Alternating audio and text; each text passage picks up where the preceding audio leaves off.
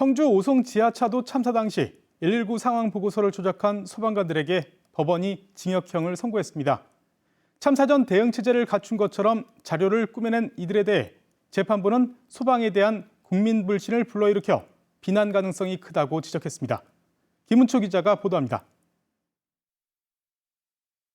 지하차도가 완전히 침수된 지 30분 넘게 지난 시각 소방 선착대가 현장에 도착합니다. 하지만 뒤늦은 구조에 14명이 숨지고 16명이 다치는 참사로 이어졌습니다. 당시 충북 119 종합상황실은 마치 미리 대응 체제를 갖추고 있었던 것처럼 상황 보고서를 작성했습니다. 보고서 1보에는 없었던 비상 소집과 통제단 가동이라는 기록이 보고서 2보에 갑자기 나타납니다. 인명피해가 늘어나자 부실 대응에 대한 비판을 우려해 상황 보고서를 비롯한 국회 답변 자료까지 허위로 기록한 겁니다.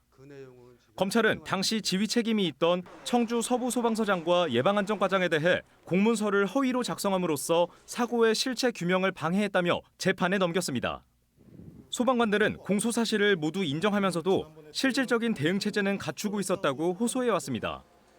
이에 대해 법원은 서정일 전 청주 서부소방서장에게 징역 1년에 집행유예 2년을, 예방안전과장에게 징역 8개월에 집행유예 2년을 선고했습니다. 재판부는 참사 이후 소방에 대한 국민 불신을 불러일으켜 비난 가능성이 크다면서도 현장 인명구조 활동에는 영향이 없었던 점을 고려했다고 밝혔습니다. 이유는 충분히 받아들여졌다고 생각하세요? 하실 말씀 따로 없으세요? 서 전 소방서장은 상황보고서를 조작한 혐의로 수사를 받던 중 충북소방의 모든 상황보고를 총괄하는 119 종합상황실장으로 발령됐다가 MBC 충북 보도 이후 자리를 옮겼습니다. 그리고 청주 서부소방서 예방안전과장은 참사 1년 반이 지난 지금까지 자리를 그대로 유지하고 있습니다.